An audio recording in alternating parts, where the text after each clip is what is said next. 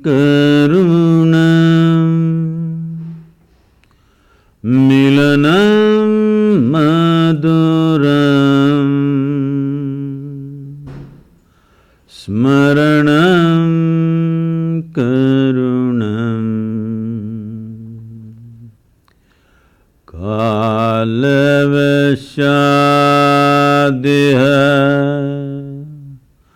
sakalam karunam samayadipate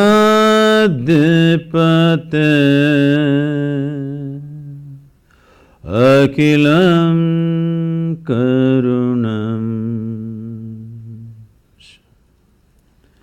Good evening everyone.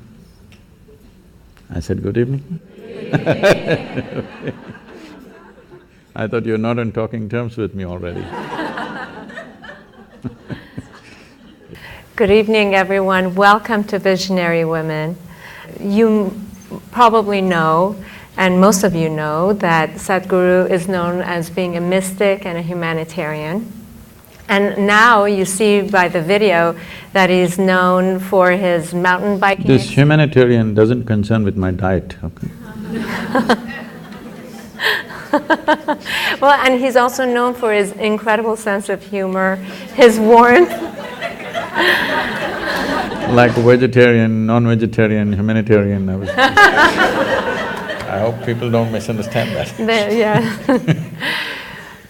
But most impressive, I have to say, is my husband and I were at your ashram probably 2 years ago, and we got a first glimpse at what you do in rural areas by uplifting them from poverty, from the huge schools that you run. And we at Visionary Women feel that it's a huge honor to have you here tonight, so we can discuss a few things that is of importance to us as well. So, welcome to our community at Visionary Women. And the purpose, I'm so sorry, I feel that maybe I'm looking back at people, but the purpose of our Salon series is to create experiences of learning, meaning, and belonging for our members and for those who soon will be our members, right? Yes. And as I was talking to you just a little bit earlier before the event, what we see in the national conversation this past year is that people are trying to refigure how men and women should interact with each other. And I thought that it would be very appropriate for tonight to also invite men in our forum. Given that we're a women's organization, we're very well aware, not only our board but our whole membership, that in order to have true understanding, we need to be talking about these conversations aloud, collectively, and most importantly with an open heart.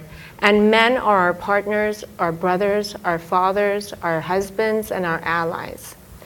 And we wanted to start off first really talking about maybe the whole idea of consciousness, what it means. For those of you who haven't watched Sadhguru, there are hundreds of YouTube videos and of his teachings. And there was one at MIT that you were talking about consciousness that I thought would be very interesting for our audience to really get the definition of what it means. See, what is a man and what is a woman is a small difference that nature has introduced into a species just to address a certain aspect of our life, essentially to address the reproductive aspect. When I say reproductive aspect, we all exist because somebody reproduced. Hello? Yes. Is it okay? If nobody was drawn to anybody, if nobody felt a bit horny, we wouldn't exist. Is this a guru speaking? We wouldn't exist, isn't it? Yes. Let's come to terms with this. We don't exist because out of their love for children they produce, no. They felt horny. And here we are. There is no need to make our biology either filthy or raise it to another level. We just have to look at it for what it is. We have to come to terms with our biology, first of all.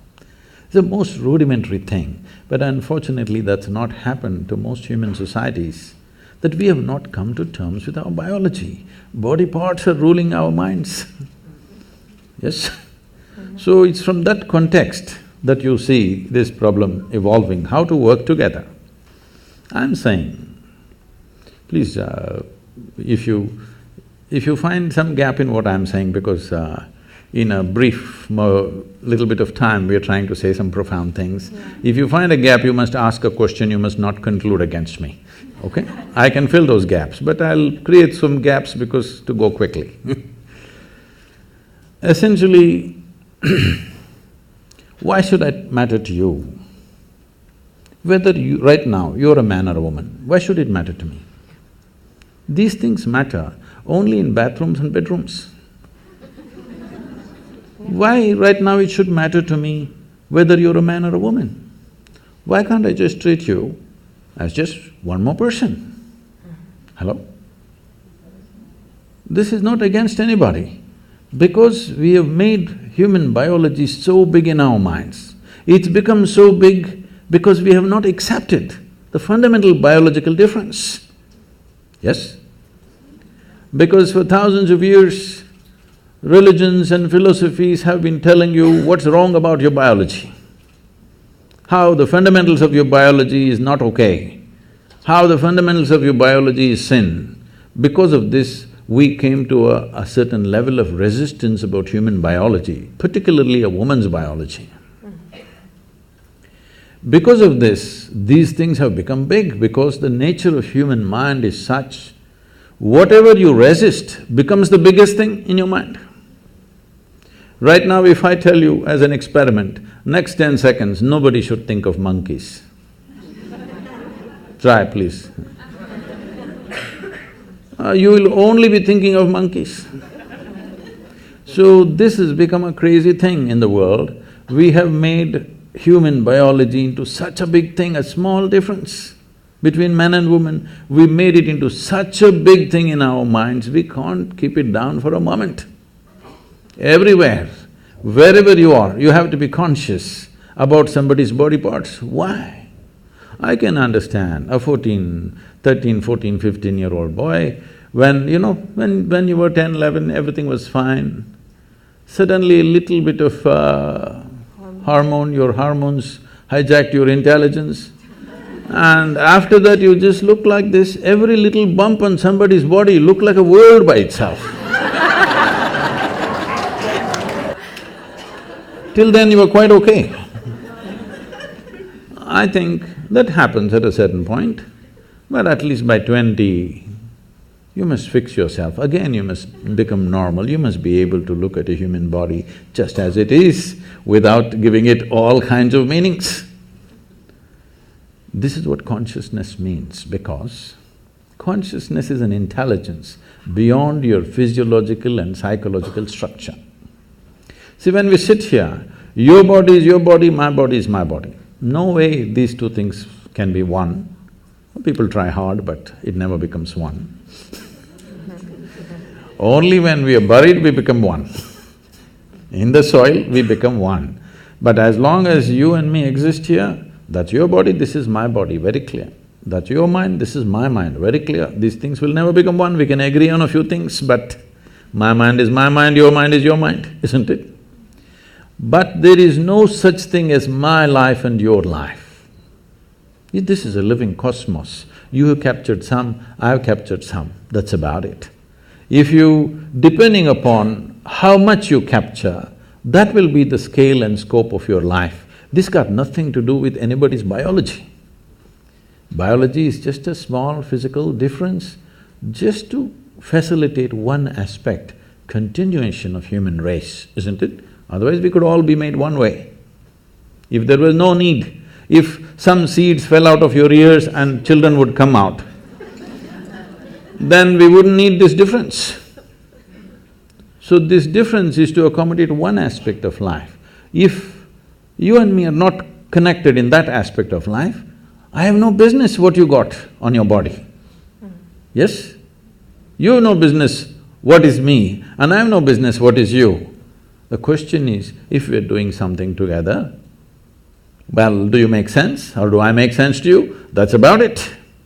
But biology has become a very big thing. One reason in the working spaces and, work areas, I think this is only in America, maybe this is the second generation of women. Or really I can say this is really the first generation of women who really stepped out to work in every arena of life. That's so almost everywhere in the world. In India also it's very new, it's in the last 25 years that women are really stepping out to work.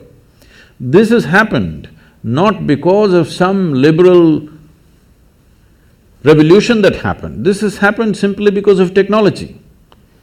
Technology has taken out the significance of man's brawn.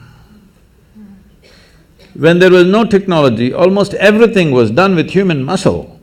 When that was so naturally man-dominated because of the muscular force. Domination also was only in the survival aspects of life.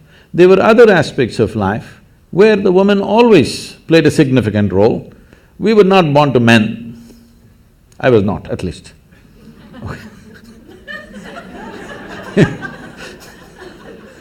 So, they always played a significant role, but roles were divided because economic aspect of life was largely muscle-powered. So, men dominated. Now with technology, muscle is of no great significance in today's world. So, naturally women are coming into this space. This should happen very as simple evolution.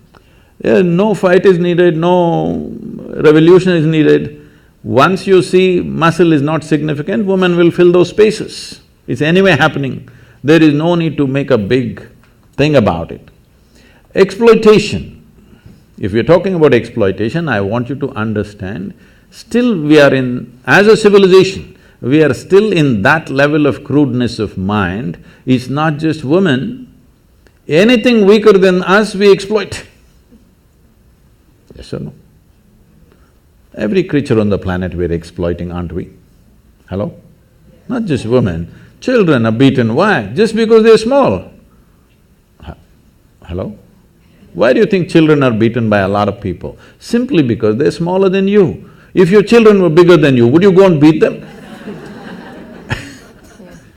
So, exploitative nature of who we are exists in all aspects of life. When it comes to women, probably that exploitation turns into a sexual… takes on a sexual tone. But fundamentally what needs to go is this urge to exploit anything and everything which is little weaker than me. That should go. If that doesn't go, people will find devious ways to do the same damn thing. You can do as much as you want, you can fight as much as you want, but people will find devious ways to do the same thing, isn't it? So this urge, if somebody is little less stronger than me, I have to mess them in some way. This has to go. If this has to go, the most fundamental thing is just this, because today it's about consciousness. What consciousness means is, see, you have a body. Your body is just a heap of food that you've gathered over a period of time, yes? What was soil became food, what was food became flesh and blood. Here we are. Most people don't get this till you bury them. If you get it now, you can transform your life. Otherwise, one day anyway we'll get it from the maggots, but that's late. So what you accumulate can be yours, cannot be you, isn't it? Hello? Whatever we accumulate, we can say this belongs to me. You cannot say it's me, isn't it? So similarly, whatever the content of your mind is also accumulated from the impressions that we have taken in. So this is also an accumulation, this is also an accumulation. These things are two basic faculties we have. Right now, unfortunately, we are so barely identified with these two things that we can't use them as we should, but they are the source of a lot of mess in the world.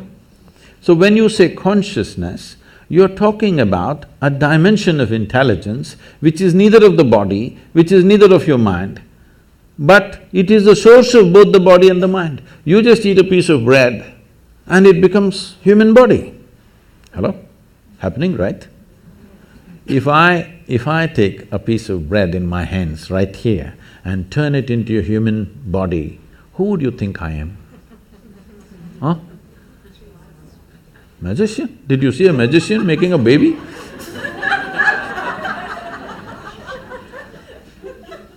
Who would you think I am? Creator himself, isn't it?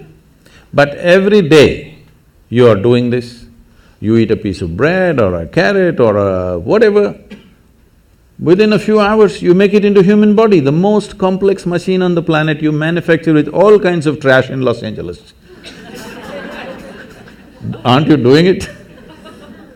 So, when this dimension of intelligence exists within you, if you touch that dimension, naturally your identity will be with that dimension.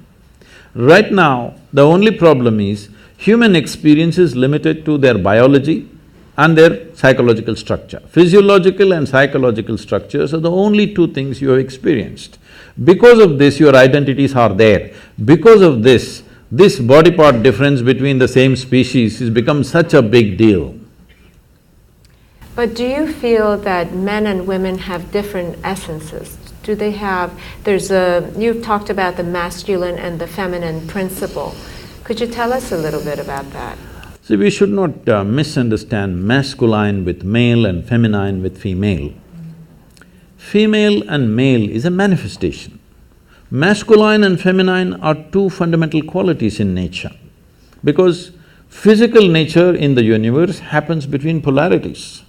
So one dimension of polarity is masculine and feminine.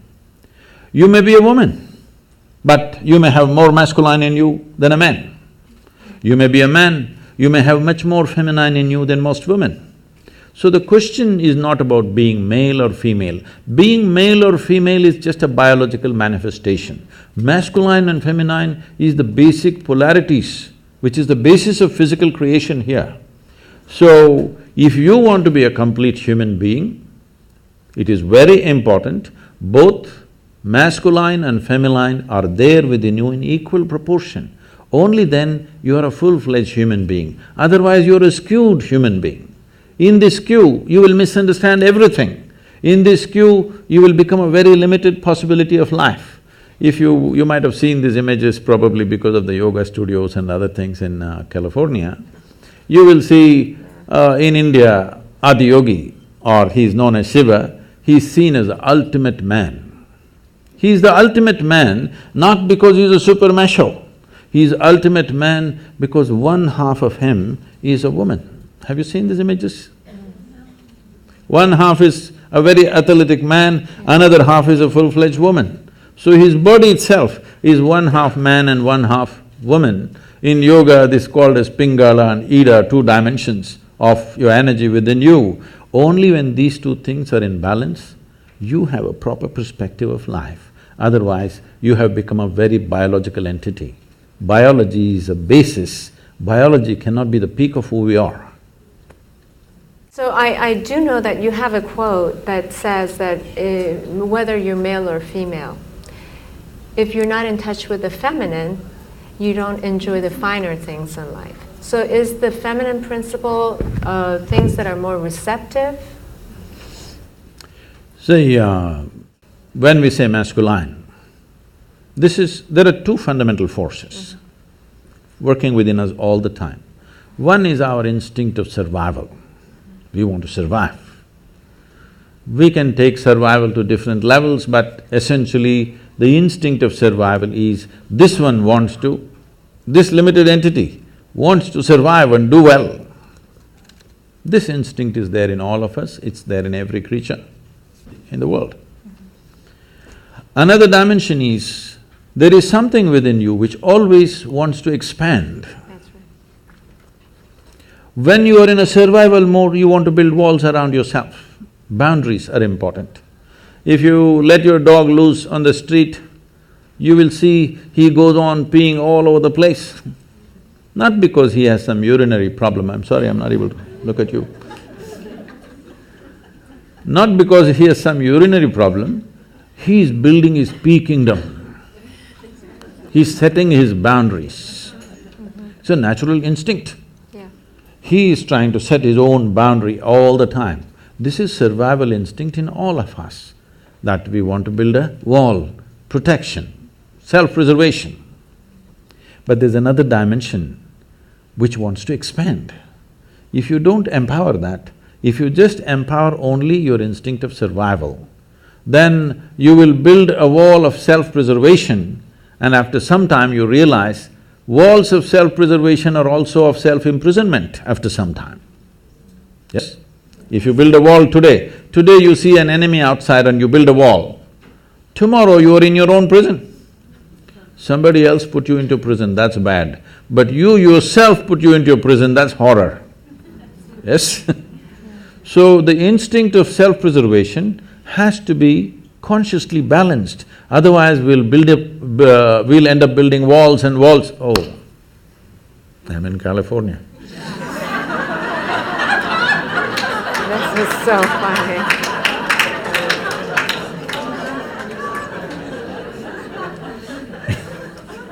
No, I was not making a political statement. You just did.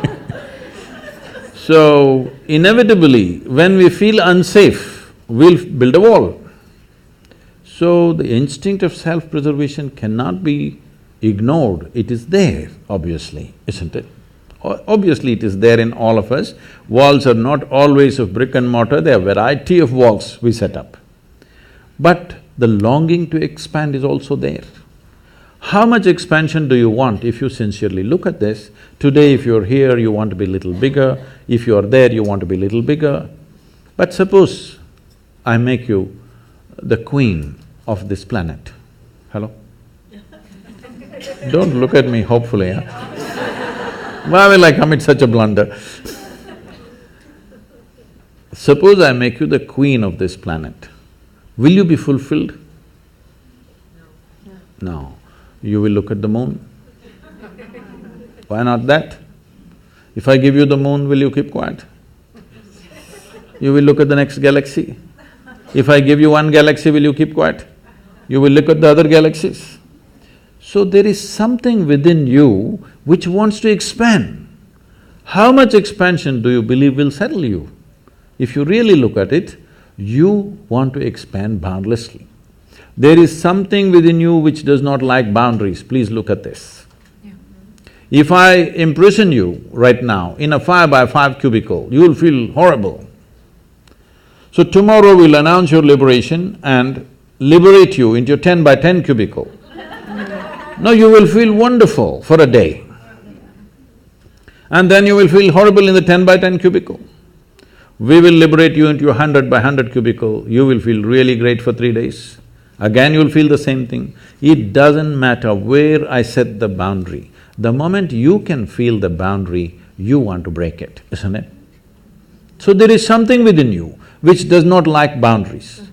So if there is something within you which does not like boundaries, it simply means it is longing to become boundless. Yes. You cannot become boundless through physical means, isn't it? Physicality means, the fundamentals of physicality is a defined boundary. Without a defined boundary, there is no physical body. Suppose there were no boundaries to my body, where would I be, here or there or where? Only because this has a boundary, it is here. Your body has a boundary, so it's there. But there is something within us which longs to be boundless. If we do not empower this, there will be no balance between masculine and feminine. That is why ultimate liberation, both for men and women, it's not… see, one cannot be liberated from the other. Both have to be liberated from what?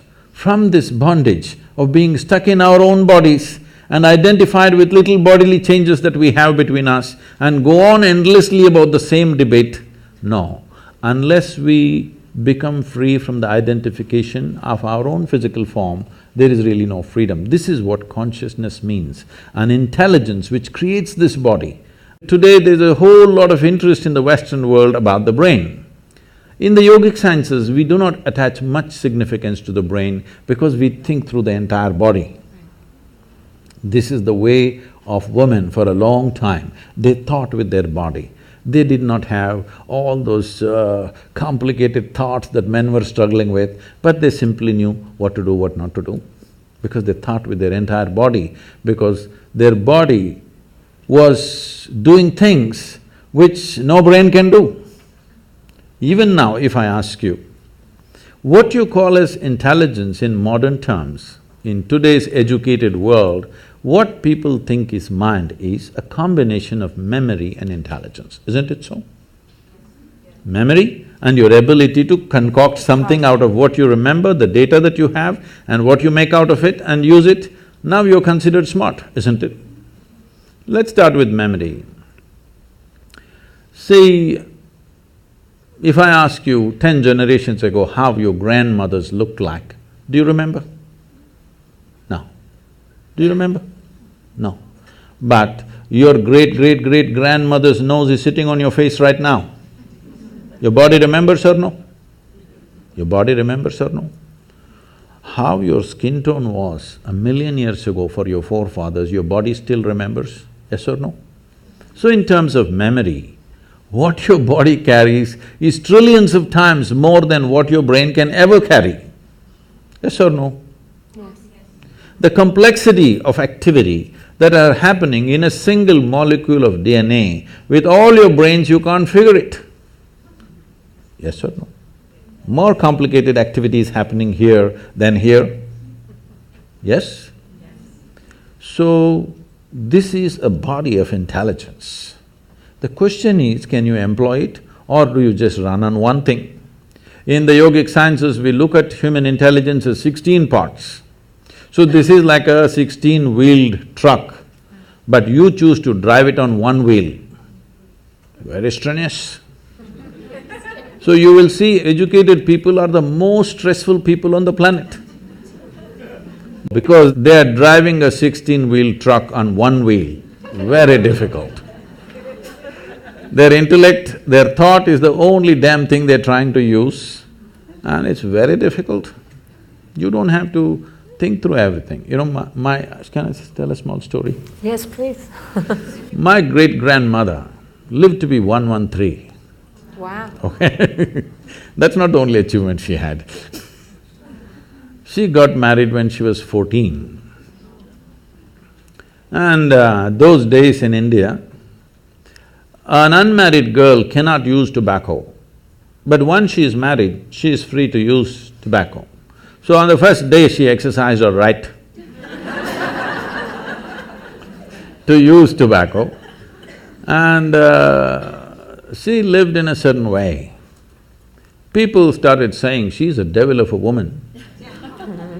Not because she did any harm to anybody, simply because if she laughed, the whole street shook. Like that she laughed. Those days, in those societies, women were not supposed to laugh loudly. They're supposed to laugh in a controlled way. Only street women laughed loudly, family women laughed very… At least when men were there, they did not laugh, because there was nothing to laugh about.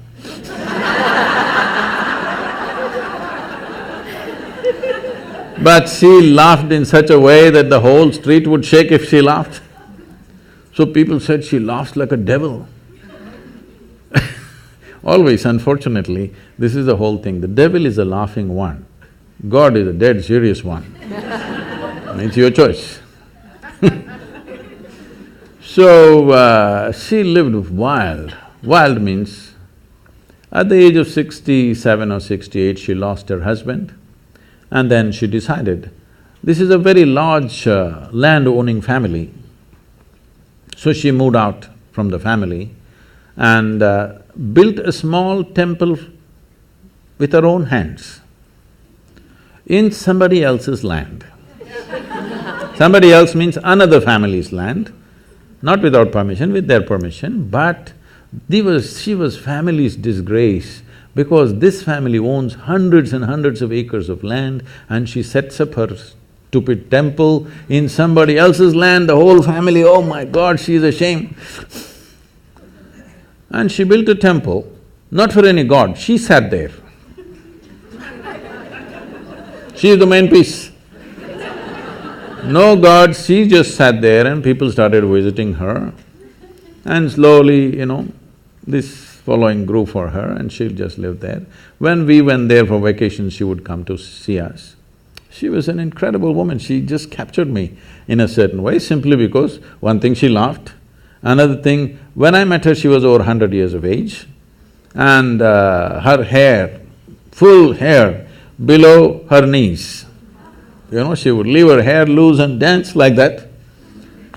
So I just liked… she was freaky. With her you could do anything, nothing was wrong. With everybody else is constantly trying to tell you what's right, what's wrong, what's right, what's wrong.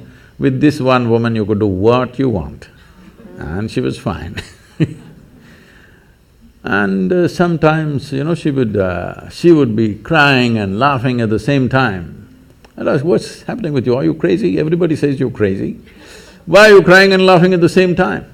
She would just burst into a hoot of laughter and say, someday you will know, and she would laugh. And I would see her like this. If they give her breakfast, she first goes and feeds the ants, then the sparrows, then the squirrels. Most of her breakfast is over in this. And people, self-appointed advisors, they come and say, you old woman, you just don't eat anything, you will die like this. All these advisors died, but she lived and lived. She buried her husband, her children, her grandchildren, some of her great-grandchildren, but she lived on. And many times I've seen her, after having fed the ants and everything, she would simply sit there, not even eating this little breakfast she has, tears flowing down her cheeks. And I would ask her, what's wrong with you? Because, I thought she's very emotional about the ants because I was 5, 6 years of age, I was going stamping the ants and she was so emotional, she never stopped me from even killing the ants, though she was feeding them. And then I asked, what's wrong with you, why? She said, she would say, I'm full. I don't know what the hell she was talking. It took me another 20 years to realize what she was talking about. So for me, she became the symbol of feminism for me. She was the ultimate woman because she fulfilled everything that she's expected to fulfill, but she was never a part of that nonsense. She was always beyond that. And this is because not you have great thoughts. Thoughts are very rudimentary stuff in human life. This must be understood, I'm sorry. Because I'm being introduced as a thought leader, I'm getting scared of that. See, thought is happening only from the limited data that you have gathered in your head, isn't it so? But there is something more phenomenal happening all across, isn't it? Hello? The intelligence of the creation is functioning right now here, is it or not? Yes. If you can transform a piece of bread into a human being, that means the very intelligence of the source of creation is throbbing within you right now. Instead of identifying with that, we're unfortunately getting identified with what we accumulate, with the car we have, with the house we have, with the relationships we have, with the body we have, with the accumulated knowledge that we have. We have gotten identified with things that we have acquired rather than being identified with the source of who we are. So this is what consciousness means, but this will not come by thinking differently.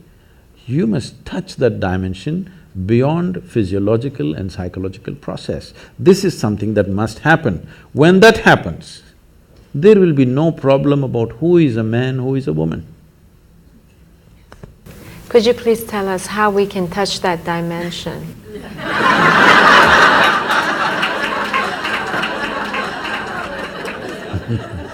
We can start with a very simple process, which today tens of millions of people are practicing across the world. I brought this out because, when I was just about maybe 2.5 or around 2.5 years of age, my mother her health was not good. So they sent me to my aunt's place who lived in my grandfather's house. My aunt was just married and she was only 18 years of age. She was that bubbly, joyful, loving human being that you can't stop her for a moment.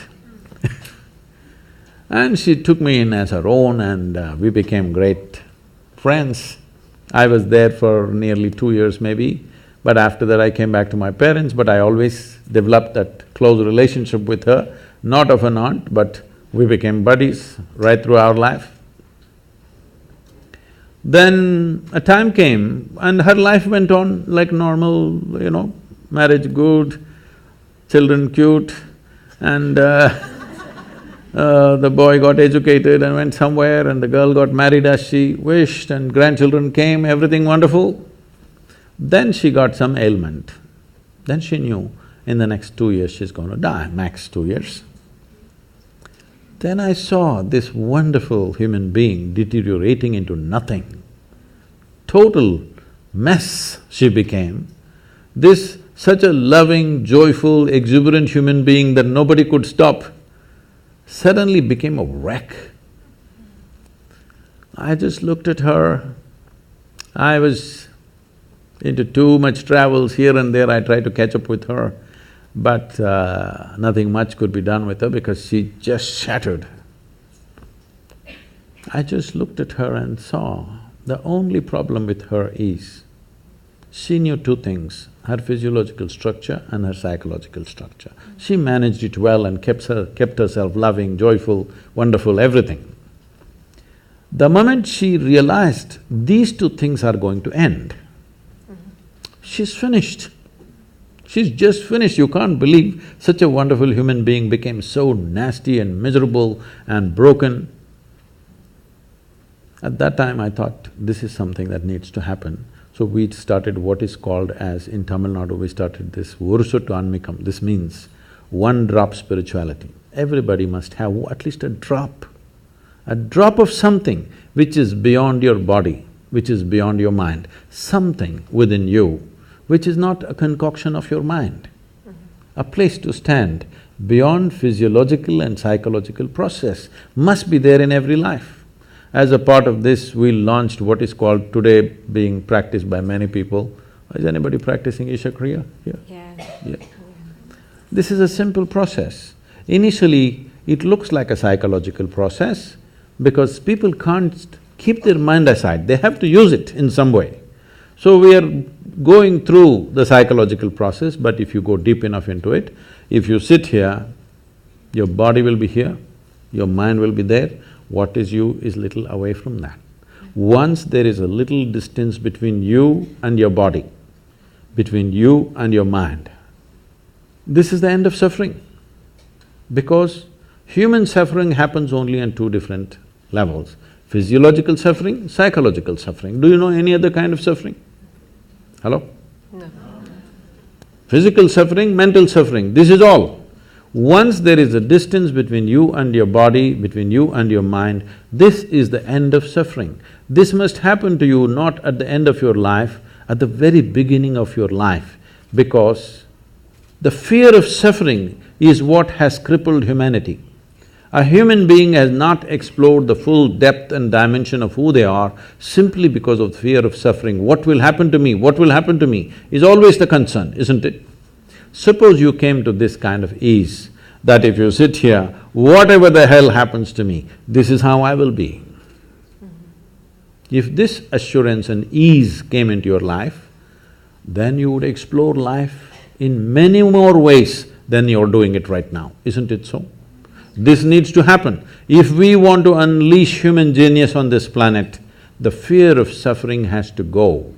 For that to go, you must know something beyond your physiological and psychological structures. Absolutely. Do you feel that… First of all, I wanted to ask you, can you define… what is the difference between meditation and prayer? Oh.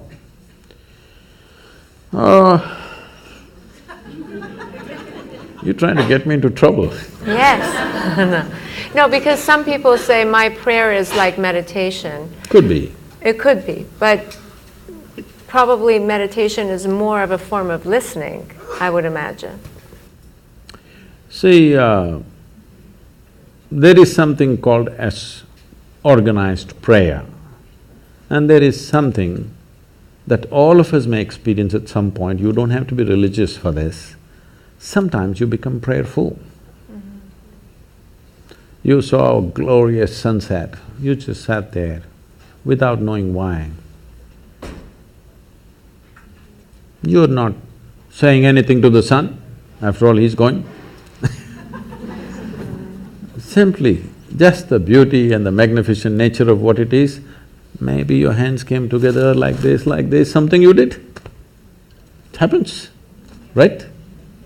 So you are prayerful. To be prayerful is a fantastic place to be. Now somebody created systems to make you prayerful, but unfortunately that just became prayer for a lot of people. Prayer means you're talking to somebody, a long distance talk. And unfortunately, if you look at the prayers on the planet, I would say 95% of the prayers on the planet, whatever kind of religion they belong to, is just about, dear God, give me this, give me that, save me, protect me. Is that so? Yes. So give me this, give me that, save me, protect me. Does it seem like a divine process to you, or does it seem like survival process outsourced? Yes. It's so true. It's very true. So, outsourcing your survival is not an efficient way to survive. To survive on this planet, you don't need any divine help. You just need 4 limbs and a few brain cells that work. That's all you need to survive. You don't need any other forces to come and cooperate with you for survival. Only when your life is beyond survival, you're looking for other dimensions of existence, then you may need the cooperation of other forces.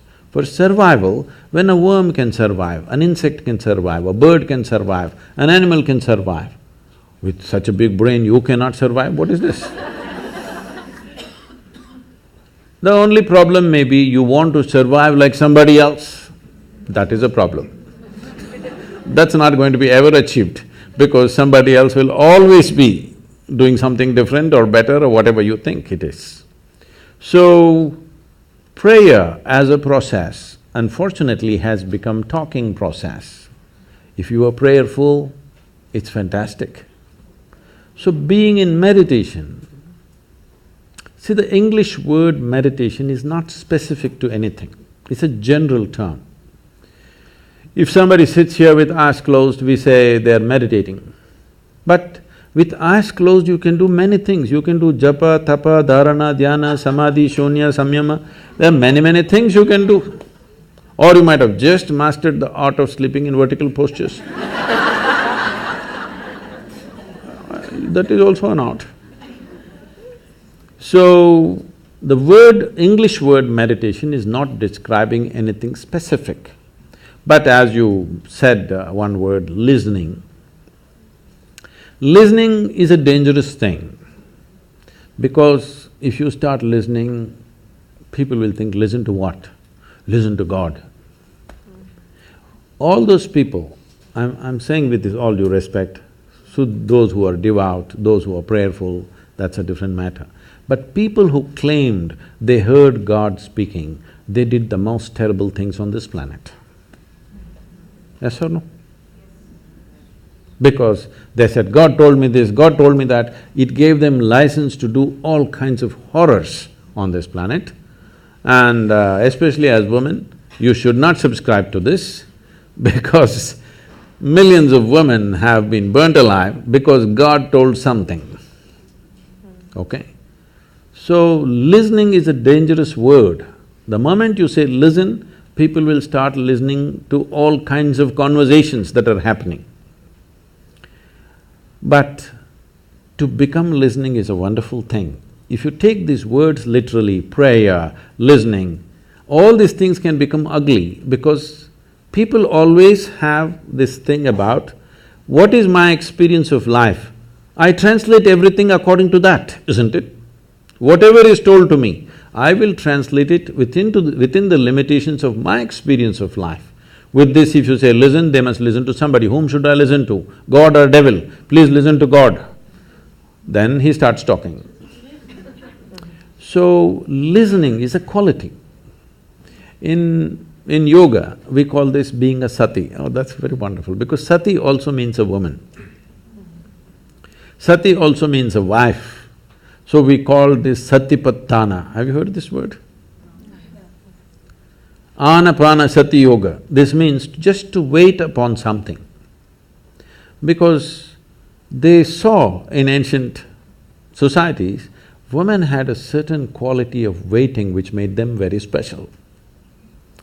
Because it's not like today, if a man goes out every 7 minutes, you can keep track of him, you can put a GPS tag on him, where is he going, what is he doing. Every 7 minutes he has to message back where he is. Those days, either on business or war or expedition, they went out. You never know whether they're going to come back or not come back. You're holding children and sitting here with all kinds of forces around you, and everybody knows your man may not come back. It's always possible he won't come back. But they waited. That waiting had a very special quality, because in waiting there is an eternal quality. In doing, all doing has a beginning and an end, isn't it? Yes. Waiting has an eternal quality. So this quality in the yoga we refer to as sati. Sati means wife and a woman. The feminine is called sati, and this is the quality of waiting. In a way, it's listening. You're just willing to be with life. Now you understand it's not all about messing with it. There are some things we do and rest we wait. It's like pregnancy. Some things you did, rest you wait. Life happens. I'm going to ask one last question, and I'll turn it over to our audience for questions. But you were talking about willingness, and Visionary Women is a volunteer-run organization. And I know that every single person who is here is giving their time to one organization or another. And the fact that you have 9 million volunteers, and you were talking about the relationship between volunteerism and willingness, and that it's through willingness that you uplift your consciousness, if I'm quoting you correctly, or I'm understanding it. In some ways talking about how it could be a doorway to becoming a bigger person than who you are. See, before we come to women, first thing is visionary. What a vision means is, say everybody has desires. Desire is an incremental way of enhancing our life. Today you desire, I must have a home, tomorrow you desire, I must have this money, tomorrow you desire something else. These are incremental ways of arranging and rearranging our lives, which are needed to do a few things. When you say, I'm a visionary, what you're saying is, I have a larger desire, which is not about just incremental improvement of my life. Desire is about me always. Vision is an all-inclusive process. So, this itself is a phenomenal thing. If people, instead of having desires, if they have a vision, vision is always all-inclusive. Desire is personal. Desire leads to incremental changes and improvements. Vision can transform the whole situation.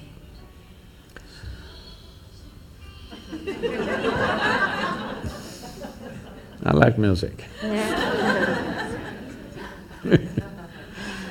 So, about willingness, because you said you're a volunteer organization, to be a volunteer means somebody who is doing something willingly, right? Yes. There's no other compulsion. There are no financial compulsions, there are no social compulsions, there is no something else. You want to do something willingly.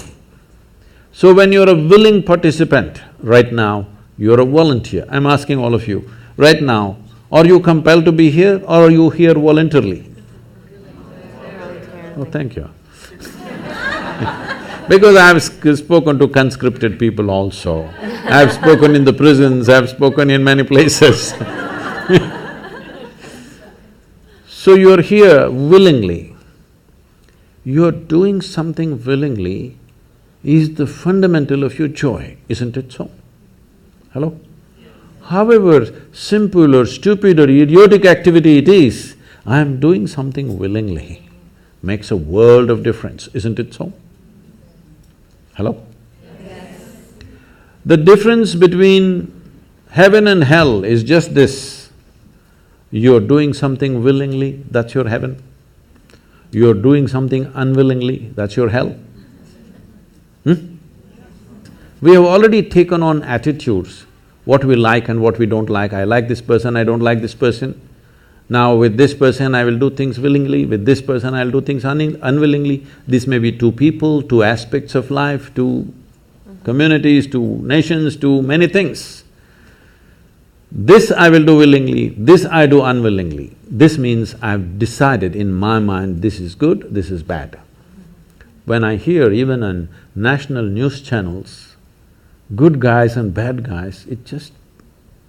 once you have this kind of thing, you are going to be disastrous to the planet, it's just a question of time. The moment you decide, this is a good person, this is a bad person, this has gone deep into American society. No, there are no good people and bad people. Everybody is oscillating between the two. If you create a very pleasant, wonderful atmosphere, everybody behaves wonderfully. If you create an unpleasant atmosphere, a whole lot of people act nasty. Yes or no?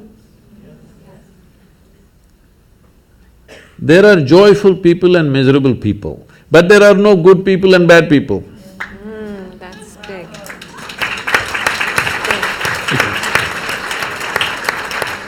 The moment we think we are good, we are entitled to destroy the bad, isn't it? Yeah. Oh, we've been destroying a lot of people for a long time. Time to stop that because human beings are in different levels of experience and understanding, variety of people. Anybody who is not like you is obviously bad, isn't it? Isn't it so? Those who are not like me must be bad people. Because the basis of goodness and what you think is goodness is decided by you. No, you have no business to do that. Willing means this, I'm just willing. I'm 100% yes to life. I am not yes to this one, no to this one, no. I am just yes and yes to life. If you are 100% yes to life, you are a volunteer. Oh, that's beautiful. You have become a willing life. You have become so willing that you have no will of your own. People ask me, Sadhguru, how do you operate with all these people? All kinds of horrible questions they're asking, they're doing this, they're doing that. I said, my life is not about them, it's about me. It's about how I am. It's about me. It doesn't matter how they are, that's their choice. But how I am is my choice, this is my way. No matter what they do, I'm like this. Because I have not given that freedom to anybody that somebody can freak me, somebody can make me angry, somebody can make me happy, somebody can make me unhappy. These privileges I kept to myself. It's time you do that too. Because if somebody else can decide what can happen within you right now, isn't this the ultimate slavery? Huh? Isn't this?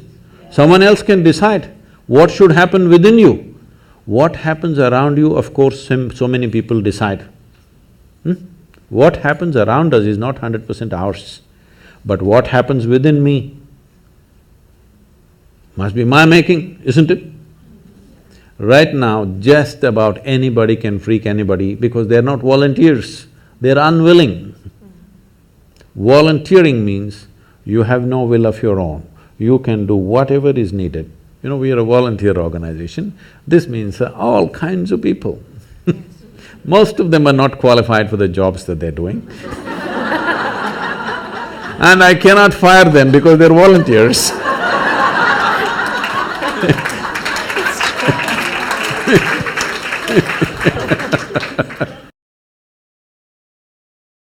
daily basis, Sadhguru, I can't work with this person, she's so horrible, I can't do it.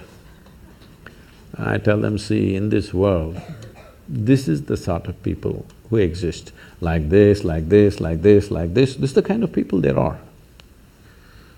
But if you want to work with ideal people, you must go to heaven. And today. Today. But if you think what you're doing is very significant, you must learn to work with all these horrible people. This is how the world is. If you think what you're doing is very significant, you learn to work with all kinds of people. You will see horrible people will do wonderful things. Yes? Yes, yes. But if you want to work with ideal people, you won't find any. I haven't found one yet. There are all kinds of mixed bags. Yes. But if you are willing that you are not yes and no, yes to one, no to another, you're simply one big yes, you will find a way. I love that. Thank you so much. That I always say that it's the resistance to life. You have questions?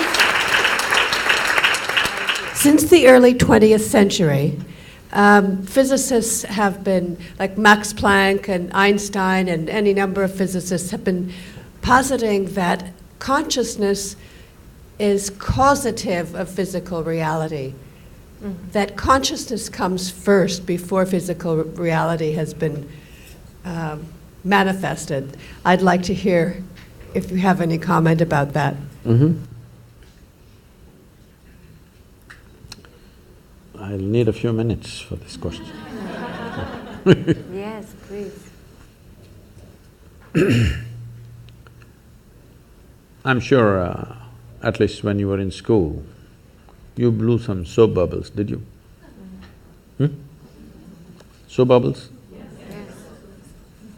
Yes. Somebody got this big bubble, somebody got that big bubble, somebody got this big bubble. Same soap, if you give it to two people, one person blows that big bubble, another person gets only this big bubble. Hasn't it happened? Yes. Because something so simple as blowing a bubble needs a certain dimension of attention. Those who have the necessary attention can blow that big bubble. Those who don't have, they get these tiny bubbles going. Something's that simple, same soap. So, when my bubble is floating and your bubble is floating, that's my bubble, this is your bubble, clearly there. Then of course, after some time it goes poop. When it goes poop, there is no such thing as my air and your air. But when it was encased in the bubble, 100% my bubble and your bubble. Yeah. Just like that, this bubble and that bubble. Now, whether you got to blow a big bubble or a small bubble determines many things. The scale, scope and profoundness of your life simply depends on how much life you captured. You can call it life or you can call it consciousness. Consciousness is a highly corrupted word, particularly in California, because people are using that for just about everything. But they will continue to use that word because I'm trying to reclaim it. We can call it life also because the only reason… Right now, are you alive? Hello, all of you? Yes. Some of you are not saying anything, I'm asking you. Are you alive? Yes. How do you know you're alive? Now stop your breath for a minute, are you still alive? So, how do you know you're alive? You're conscious, isn't it? Suppose you became unconscious, would you know you're alive? No. So the only reason that you know you're alive and you're alive is because you're conscious. So what you call as consciousness or what you call as life are not two separate things. So, I did not know about physics talking about consciousness, I knew Einstein said something vaguely. because I'm, as you see, I'm unschooled. So I did not go as far as Einstein to study physics, but I paid attention to this piece of life. I paid attention in such a way, as I paid more and more attention, I realized that the problem is in the nature of our faculties. See, right now, if I show you my hand, if you see this part of my hand, you cannot see this part of my hand, isn't it so? If you're hearing sound, you cannot sense the silence. If you're in silence, you cannot feel the sound. If you're in light, you cannot feel the darkness. If you're in darkness, you cannot feel the light. The human faculty of sense perception, of seeing, hearing, smelling, tasting and touching, this is how you know life. All these things are always happening in comparison with something else. Comparison means, what you know by comparison is good enough for survival, but not good enough for knowing the nature of what it is. This is the problem that modern science is struggling with and will continue to struggle with, unless… I'm very glad to hear that early 20th century they said consciousness is the basis, but still we are in early 21st century, but still we have not moved towards consciousness, we are still studying physical things forever. People are studying the brain. I was with that European project called Blue Brain, and they're building a huge massive computer brain, which is like about 3 times this hall, full of computers, and they had built some 18% of the human brain. I said, see, I got all packed here, you guys… Such a big thing, no, we're studying, that is fine. You are very excited about the intelligence and the million functions that are happening in your brain.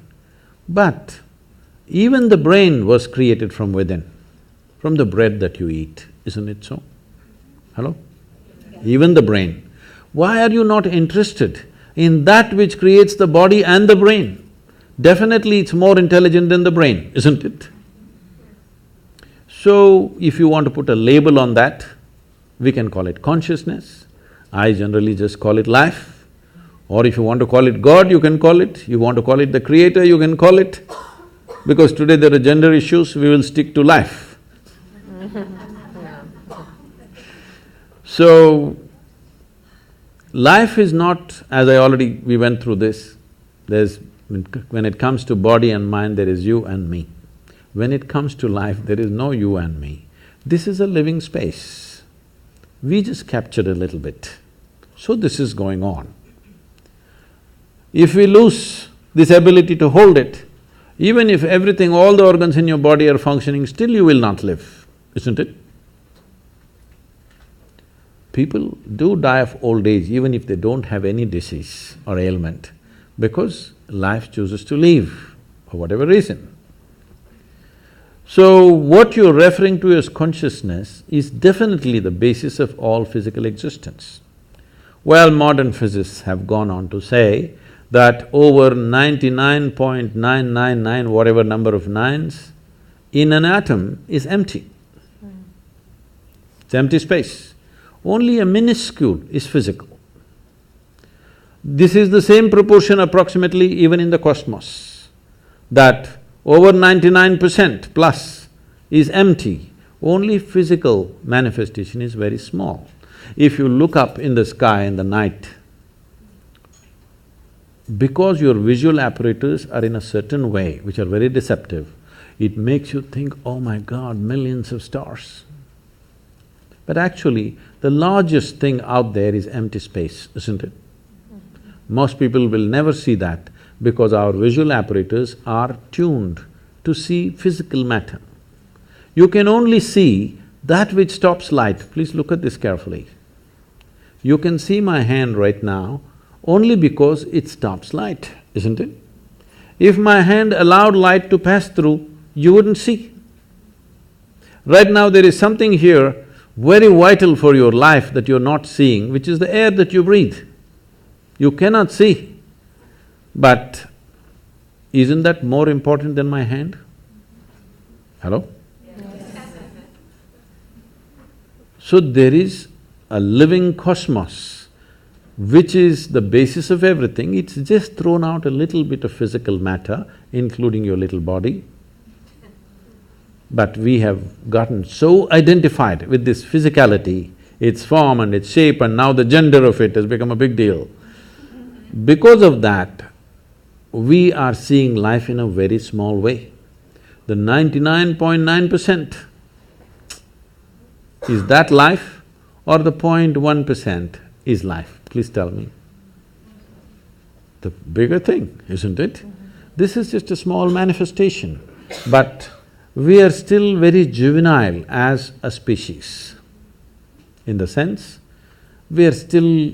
when I say juvenile, when we are adolescent, body parts are important. Yes or no? We are still, as a humanity, we are still in that condition. Body parts are super important. This is why spiritual process is important. When I say spiritual, once again, this is another most corrupted word on the planet. If I say spiritual, people are thinking looking up, looking down, looking at heaven, whatever. No. Spiritual means your experience of life has transcended the limitations of physiological and psychological process, which is what you are saying the physicists also said.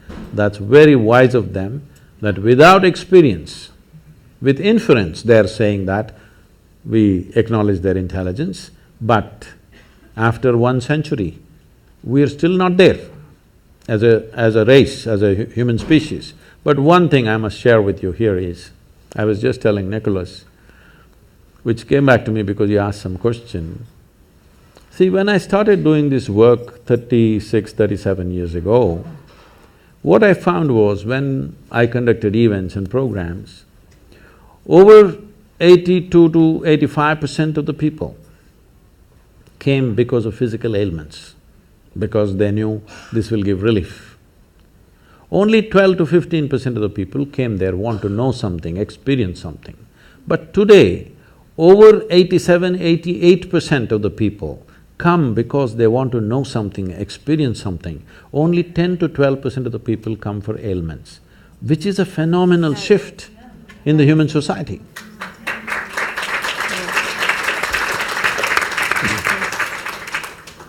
Could we have one question from that side of the room? Good evening, welcome to Los Angeles. Thank you for your time. The question I had was, you mentioned to be free, you have to be stepping outside of the body and the consciousness. How do you achieve that, to have that freedom? That was my question when No, but how do you achieve that separation when you step out of the basically physical body and the consciousness? If you want to make a small attempt, there is Isha Kriya, you can just download this app, free, it's a free app, you can download this. With headphones, you can daily practice this for some time. If you do it for 30-40 days, then you can do it without any headphone, just by yourself. Initially you take support, after that you do it by yourself. This is a simple way to do it. If you are willing to commit 30 to 32 hours, about 32 hours of focus time, then we have a more powerful and effective process, which is called as inner engineering, which is offered in daily classes, or also preparatory part of it as online, and the final part of finishing part of it, which is direct. It is a transmission of a certain dimension of practice. We must understand this because with all due respect, they've done what they have done. But the way yoga is happening generally, not everybody, generally the way it's happening, it's a bit scary to me. Because when you make a very profound process into just an exercise mechanism or just a breathing exercise, you want to exercise your body, exercise your breathing, exercise everything, That's not the way it works. Even the physical dimension of yoga. See, of over 200 sutras that Patanjali gave, only one sutra talks about the physicality of yoga. Thiram Sukham Asana. This means a posture which is comfortable and stable is your asana. To get to this, people do many twists and turns, that's okay. But only one. Nobody bothers what is the remaining 200 and odd things that he's spoken. So the physical aspect has come to the West and that's become big. It's good, it creates health, well-being. But I want you to understand, there are more people on this planet who are healthy and miserable than unhealthy and miserable. Those who have ill health, at least they have a good reason, they have a good excuse. Healthy and miserable, you have no reason, no excuse to fall back on. So, it is important that you understand yogic practices are not practices, they are live forms. That it is made into a seed form and given to you, you're supposed to hold it that way so that the seed sprouts and grows and becomes something phenomenal within you. It just takes away your backache, your headache, your something else.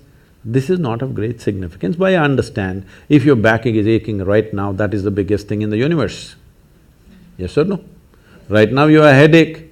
If God appeared, what would you ask? Headache must go? That looks like the biggest thing, isn't it?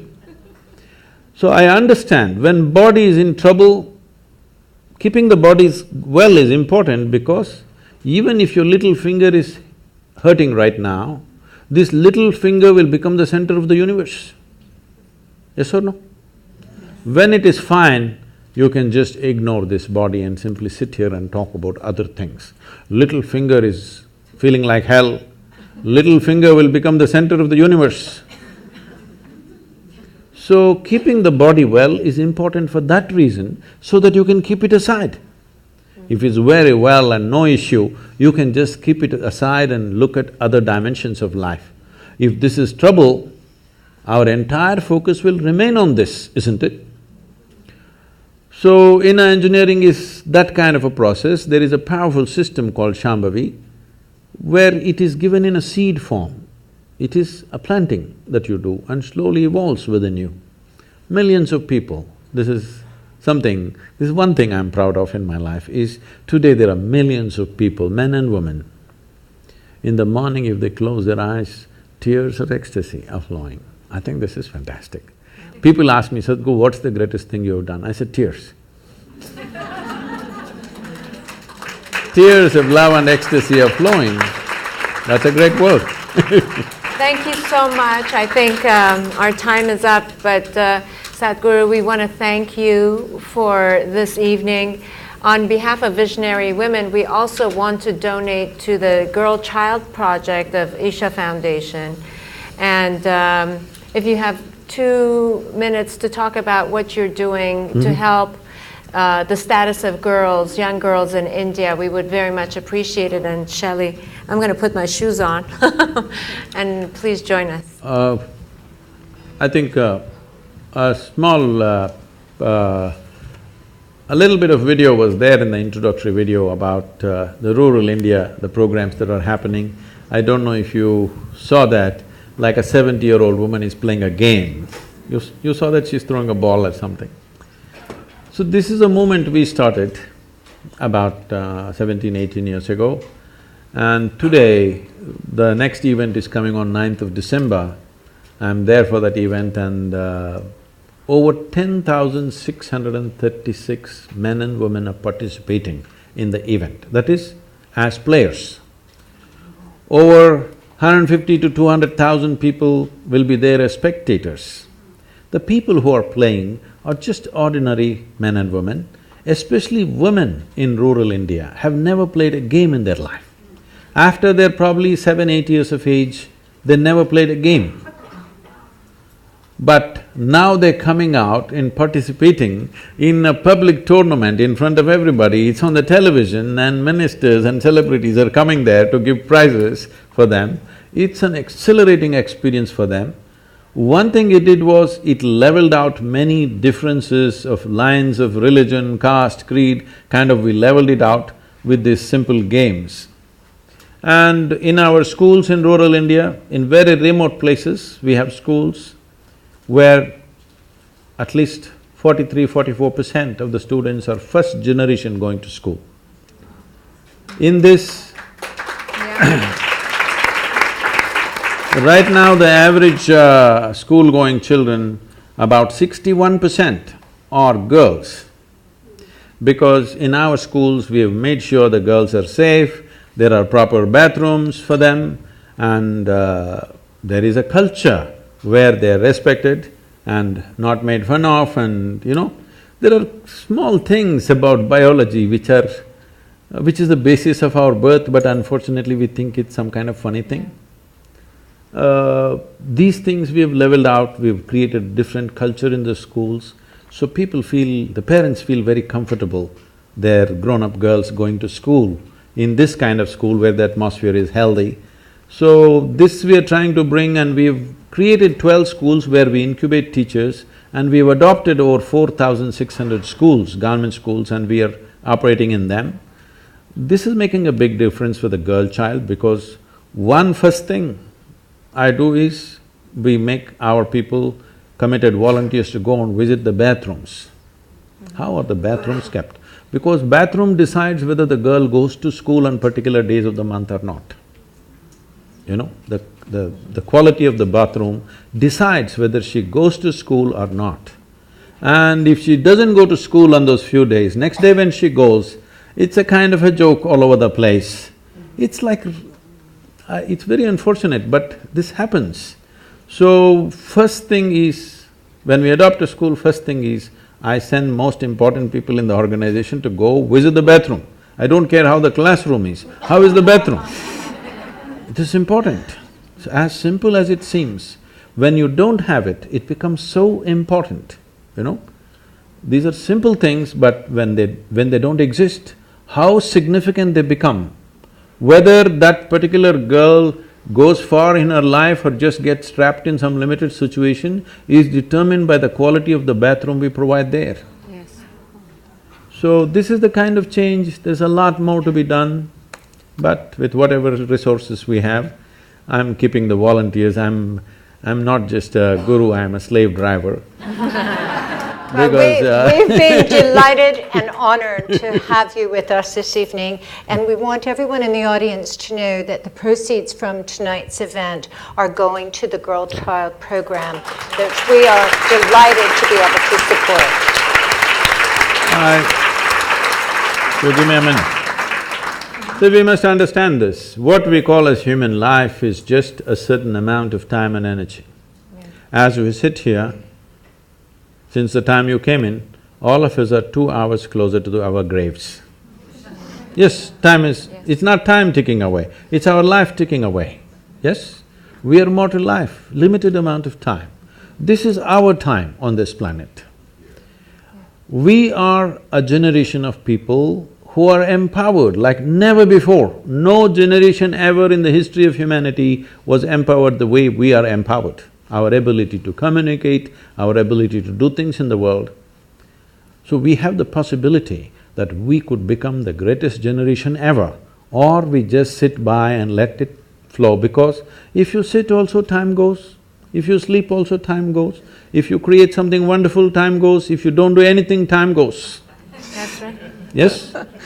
Time is not stopping, nor can we roll it back, nor can we slow it down, nothing. Our life is just going away. This is our time on the planet. We must make this the best generation ever. For this we need consciousness. We need to identify with something bigger than our body and our brains. Only then we will do something fantastic, because we have the necessary tools of technology in our hands. Today if we speak here, we can speak to the entire world, which was never before possible. Please, let's make it happen.